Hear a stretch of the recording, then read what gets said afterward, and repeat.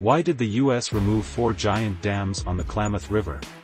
The Klamath River is one of the most important rivers in the western United States, spanning more than 400 kilometers from southern Oregon to northern California.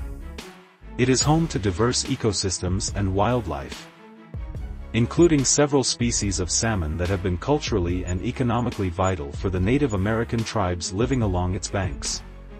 However, the river has also been the site of a long-standing conflict between different stakeholders, such as farmers, fishermen, environmentalists, and power companies, over the management of its water and resources. One of the main sources of this conflict has been the existence of 4 large hydroelectric dams on the lower Klamath River, Copco 1 and 2, J.C. Boyle, and Iron Gate. These dams were built between 1918 and 1962 by private companies to provide electricity and irrigation for the region, but they also blocked the migration of salmon and altered the natural flow, temperature, and sediment of the river. As a result, the health of the river and its fish populations declined dramatically over the years, leading to several crises such as toxic algae blooms, fish diseases, and massive fish kills.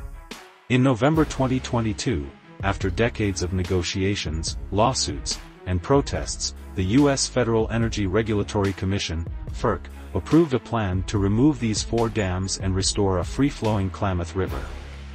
This plan was supported by a historic agreement among various parties, including the federal and state governments, the power utility PacifiCorp, a unit of Warren Buffett's Berkshire Hathaway, several Native American tribes, conservation groups, and local communities.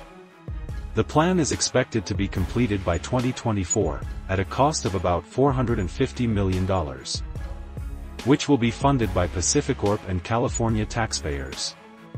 This will be the largest dam removal project in U.S. history, surpassing the previous record set by the removal of 2 dams on the Elwha River in Washington state in 2014.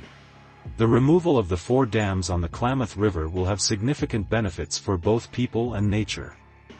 According to experts, it will open up more than 480 kilometers of habitat for salmon and other fish species, allowing them to access their historic spawning grounds in the upper reaches of the river.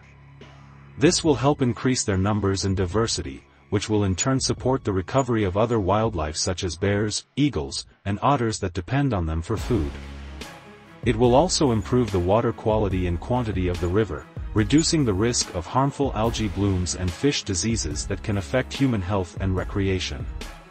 Moreover, it will restore the cultural and spiritual values of the river for the Native American tribes who have lived there for thousands of years. For them, the river is not only a source of sustenance but also a sacred place where they practice their traditions and ceremonies. The removal of the 4 dams on the Klamath River will also have some challenges and trade-offs. One of them is the loss of hydroelectric power that the dams generate.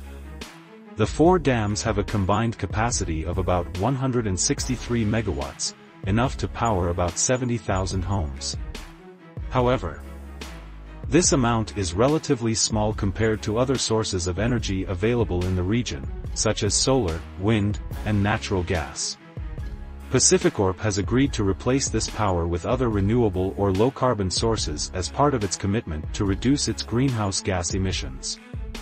Another challenge is the potential impact of the dam removal on the agricultural sector, which relies on the water stored behind the dams for irrigation. The farmers in the Klamath Basin have been facing water shortages and conflicts for years, due to drought, climate change, and competing demands from fish and wildlife. The dam removal will not directly affect their water rights or allocations, but it will require them to adapt to a more natural and variable river regime. To address this issue, the federal and state governments have pledged to provide financial and technical assistance to the farmers to help them improve their water efficiency and conservation practices. The removal of the 4 dams on the Klamath River is a historic and unprecedented opportunity to heal a wounded river and its people. It is the result of a collaborative and visionary effort among diverse and often conflicting interests, who have recognized that the long-term benefits of restoring the river outweigh the short-term costs of maintaining the dams. It is also a model and a catalyst for other similar projects around the world, where dams have caused more harm than good to the environment and society. As Joseph James, the chairman of the Yurok tribe, said, "The Klamath salmon are coming home. The people have earned this victory, and with it, we carry on our sacred duty to the fish that have sustained our people since the beginning of time."